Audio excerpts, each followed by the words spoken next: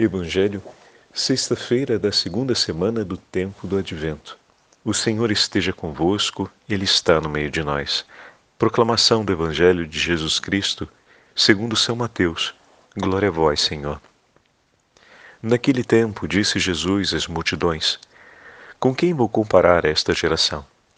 São como crianças sentadas nas praças que gritam para os colegas dizendo: Tocamos flauta, e vós não dançastes. Entoamos lamentações, e vós não batestes no peito. Veio João, que não come nem bebe, e dizem: Ele está com um demônio.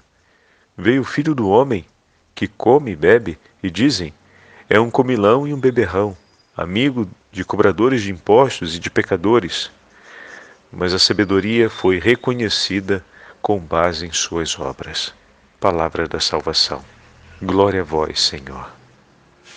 Sexta-feira da segunda semana do tempo do Advento, hoje memória facultativa de São Juan Diego. Em nome do Pai, do Filho e do Espírito Santo. Amém. Queridos irmãos e irmãs, a Santa Liturgia hoje nos entrega o 11º capítulo do Evangelho de São Mateus e também essa delicada memória do vidente de Nossa Senhora de Guadalupe, o índio asteca São Juan Diego. Nós vamos ouvir um pouco mais sobre a história de São Juan Diego com as palavras do decreto do Papa João Paulo II, São João Paulo II, que no dia 31 de julho de 2002 o canonizou. Mas antes de falarmos sobre a experiência e a vida de São Juan Diego, que se torna para nós uma referência para o Evangelho de hoje, olhemos com atenção o protesto, vamos colocar assim, que Jesus faz diante dos seus interlocutores no Evangelho de hoje. A quem vou comparar esta geração? E daí, Jesus toma a imagem de crianças aborrecidas, crianças mimadas, crianças que se irritam com o comportamento dos colegas. E lança mão de um provérbio da época dizendo: Nós tocamos flautas e vocês não dançaram. Entoamos lamentações e não bateram no peito. Ou seja, a imagem que Jesus usa fala de dois comportamentos que foram recusados. Em que sentido? Se a gente pega a imagem do provérbio, vamos perceber as crianças que vão até os seus colegas e tentam, aos seus colegas mal-humorados, movê-los a participar de alguma coisa com eles. E tentam, então, falar de alegrias, e eles não querem. Tentam falar das tristezas, e eles não aceitam. E preferem permanecer como estão a rejeitar a proposta que lhes é feita. Bom, aqui nós temos uma imagem significativa, porque também os judeus daquele momento, especialmente os fariseus e os mestres da lei, haviam rejeitado todas as ofertas divinas. Aliás, todo o Antigo Testamento nos fala como os profetas foram rejeitados. E cada profeta na história da salvação foi uma oferta de Deus para a reconciliação do povo, para que voltassem ao caminho da verdade, para se colocarem outra vez no seguimento da vontade do Senhor.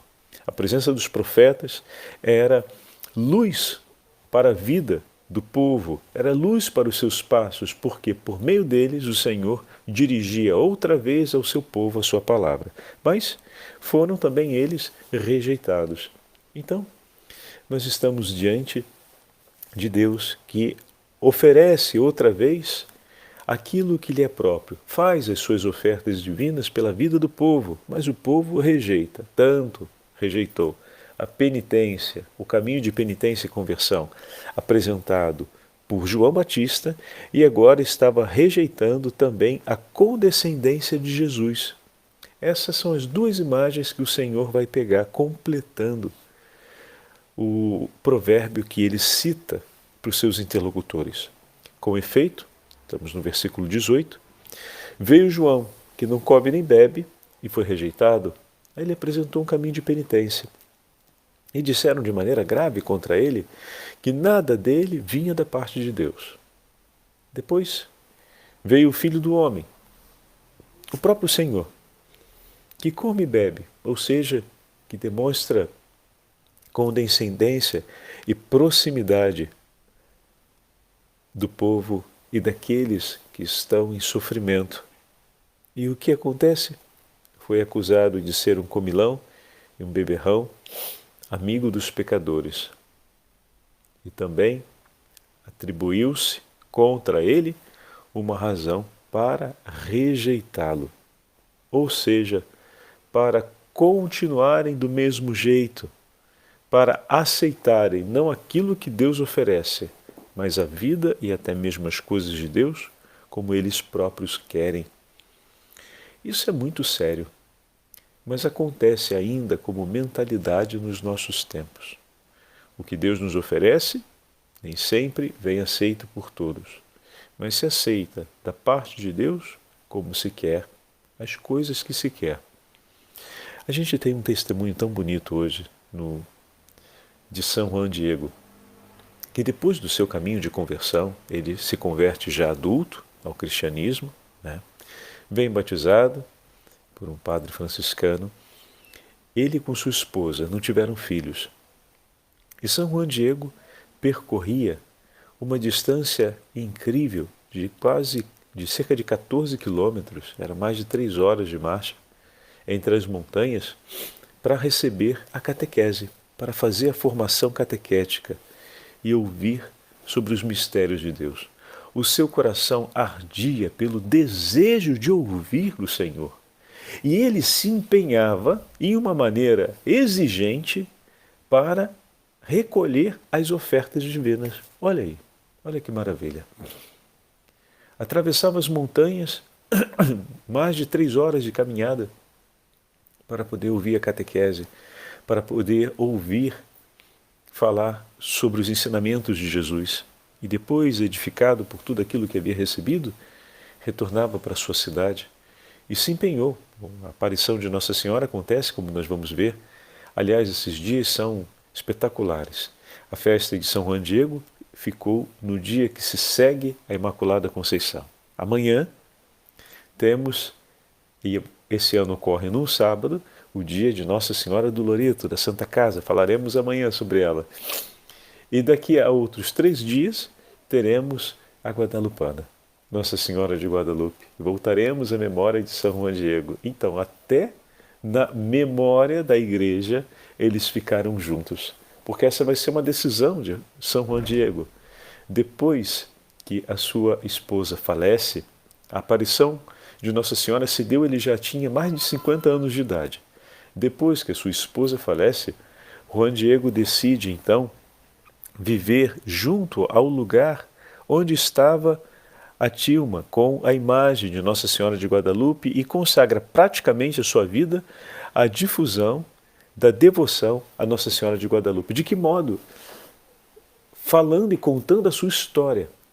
O seu testemunho de vida se torna um anúncio a respeito da Virgem Maria, para que todos aqueles que fossem ao encontro da imagem e da história da aparição da Virgem Maria pudessem recolher ali essa grande oferta da misericórdia de Deus que irá revolucionar a história de toda a tradição religiosa que ainda existia em meio à realidade dos indígenas astecas com o sacrifício humano. Ali é um ponto decisivo, nos falam os historiadores, em que os rituais de sacrifício humano cessam completamente. A partir daquele momento, eles vão deixando de acontecer, pelo testemunho que vem apresentado sobre a imagem de Nossa Senhora de Guadalupe. Então, olha que grande contribuição São Juan Diego ofereceu com a sua própria vida, ao empenhá-la desse modo, a entregá-la em amor à Virgem Maria e ao seu povo, para que a oferta da misericórdia de Deus fosse sempre mais conhecida, recebida, celebrada, vivida. Dessa forma, podemos dizer que São Juan Diego viveu de maneira intensa aquilo que os apóstolos viveram e foi no caminho contrário àquela que era a dor do coração do Senhor, sendo ele uma consolação para o coração de Jesus. Porque não permaneceu como criança teimosa e aborrecida, que não aceita nada que se propõe a ela, que só aceita a sua própria vontade, mas com docilidade, com piedade, com amabilidade, se deixou guiar por Deus. Recebeu a oferta do Senhor e viveu a alegria da comunhão com Ele. Muitas vezes a nossa dificuldade de seguir no caminho de fé ou de dar um passo a mais na nossa experiência pessoal está ligada a isso, a uma birra interior. Por quê? Estamos tão apegados à nossa vontade e a querer que as coisas sigam de um modo que não aceitamos os modos de Deus, as decisões do Senhor, a forma dele de propor, de sugerir. Deus muitas vezes vai nos contrariar, sim, e bendito seja o nome dele por isso, porque a ele pertence a verdade e a vida. Então, quando Deus nos contraria, parece que fazemos um bico, uma tromba, e não queremos mais aceitar as coisas com tanta docilidade.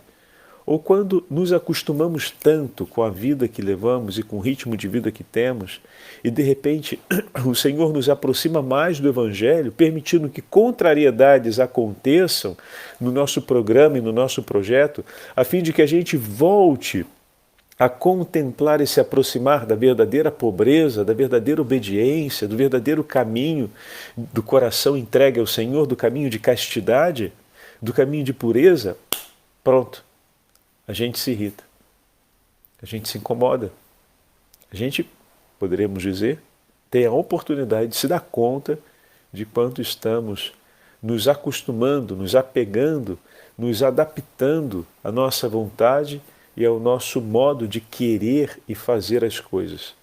E, de certa forma, nos afastando do Evangelho, daquela liberdade interior para viver o Evangelho como o Senhor nos propõe.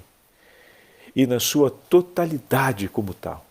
Porque o Evangelho é o próprio Cristo que nos é apresentado, é a vida em Cristo que nos é proposta. Então, ou nós a vivemos, ou continuamos vivendo a nossa vida tentando fazer com que ela seja um pouco mais parecida com o Evangelho, mas não abraçamos de fato a vida evangélica, que é aquilo que o Senhor nos propõe. No caso do índio Juan Diego, por exemplo, São Juan Diego passou por várias etapas. Olha que interessante. No primeiro momento, antes ainda de conhecer a fé cristã, era um homem de profunda piedade e religiosidade. Eis que finalmente conheceu a fé cristã, recebeu o batismo e abraçou o ensinamento do Evangelho. A partir daquele momento, ele e sua mulher começaram a viver intensamente o Evangelho. E cada vez mais a vida deles se tornava a vida do Evangelho. E quanto mais se tornava, maior era o amor no coração deles, maior era a entrega deles, ao ponto deles se propor a sacrifícios enormes. Que naquela época, não é que nós podemos dizer, era uma época onde as pessoas se sacrificavam mais, alto lá, 14 quilômetros na montanha, faça frio, faça calor, tenha chuva ou tenha sol, não é fácil. 3 horas de caminho para poder receber uma formação catequética é um ato heróico. Por mais que as pessoas sejam habituadas naquela região a andarem tantas distâncias, porque aquilo dali significava empreender só de estrada 6 horas do seu dia. O que significa dizer que a tua possibilidade de trabalho naquele dia em que você vai fazer a catequese é muito reduzida. Ou seja, é um dia de trabalho e um trabalho de subsistência que você vai deixar de ter. O que significa que para poder preparar aquele dia concretamente para si, você vai ter que trabalhar com mais afinco para que a produtividade daquele dia não falte quando você faltar ao trabalho para ir lá. E dessa forma você não deixa sua família desguarnecida do que é necessário para o bem deles. Então olha o significado do trabalho de toda semana que muda e que ganha um valor, uma valentia, um entusiasmo diferente, de maneira que ele se coloca diante de cada exigência do trabalho agora com uma motivação renovada, no zelo pela sua casa, pela sua esposa, pelos seus caros, no zelo pelo cuidado daqueles que ele ama, se renova. Por quê? Porque um dia ele vai tirar para poder fazer essa longa estrada a fim de poder receber o catecismo do Senhor. Então é essa a decisão que vai modelando a nossa vida. Abraçar o Evangelho significa tomar consigo a alegria e a exigência de viver aquilo que o Senhor nos propõe e permitir que essa exigência possa ecoar, iluminando tudo aquilo que faz parte da nossa vida. Desde a forma como Ele olha e agora interpreta, por exemplo, o trabalho e o próprio descanso, né? Até o sacrifício propriamente dito de caminhar 3 horas para ir, depois mais 3 horas para voltar, não em qualquer lugar, mas em meio às montanhas. E sabendo que no período invernal o sol se põe muito mais cedo, o que significa caminhar sob certo perigo durante alguns meses do ano. Tudo isso para poder aprender mais a viver como Jesus e a escolher isso. E eis que depois que sua esposa parte, ele então decide definitivamente entregar sua vida como um consagrado, como um homem consagrado, poderíamos dizer assim, e passa a viver realmente uma pobreza total, pois entregou tudo o que tinha para se colocar à disposição do anúncio do amor de nosso Senhor por meio da aparição da Beatíssima Virgem Maria, de quem ele se torna agora um devedor eterno, porque ela lhe ensinou a profundidade do amor que iluminou completamente a sua vida. Ele não poderia fazer outro, senão viver por amor dessa senhora. Como é bonita essa imagem e como é bonito ver o testemunho de um homem adulto. Como assim homem adulto, Padre Fábio? Pegando a imagem das crianças, né? Olha quanta liberdade estabelece na sua atitude São Juan Diego em relação àquilo que o Senhor lhe pede. E nós vamos ver isso mais um pouquinho no dia de Nossa Senhora de Guadalupe, quando a Virgem Maria vai pedir que ele mude uma e outra vez os seus planos, que ele enfrente os medos que ele tinha dentro de si, de ser rejeitado e de não ser reconhecido aquilo que ela estava dizendo para ele fazer, ao mesmo tempo, com que docilidade ele não abraça e com que obediência ele não abraça o cumprimento daquilo que Nossa Senhora lhe pediu. Então, é aquele que, mesmo incomodado, não se paralisa, como a criança aborrecida. É como um homem adulto, ou seja, com a maturidade em suas mãos, que é capaz de deixar-se incomodar por Deus, que nos incomoda para nos tirar do lugar em que estamos e conduzir-nos para o lugar que Ele quer, para o modo e o momento da vida em que Ele quer que nós estejamos, a fim de que possamos ali estar em comunhão com Ele. E Ele sempre se deixou conduzir pelo Senhor em todos os principais momentos de sua vida. Escreve São João Paulo II no decreto, falando sobre São Juan Diego, decreto de sua beatificação. Exaltou os humildes, Lucas 1:52. Deus Pai dirigiu seus olhos a um humilde índio mexicano, João Diego, a quem enriqueceu com o dom de renascer em Cristo, de contemplar o rosto da bem-aventurada Virgem Maria e de se unir a Ele na evangelização do continente americano. Dessa maneira se mostra a verdade que encerra as palavras do apóstolo Paulo quando ele ensina o método pelo qual a salvação é realizada. Escreve São Paulo aos Coríntios: o que é vil e desprezível no mundo, Deus o escolheu, como também aquelas coisas que nada são, para destruir as que são. Assim nenhuma criatura se vangloriará diante de Deus. Este beato, que segundo a tradição foi chamado, e aqui vem um nome difícil, é o nome dele de batismo, é o nome dele de indígena, Cuautla-Toatzin, que significa águia falante, nasceu por volta do ano 1474, em uma cidade no reino conhecido comumente como Texcoco. A cidade se chama Cuautitlán.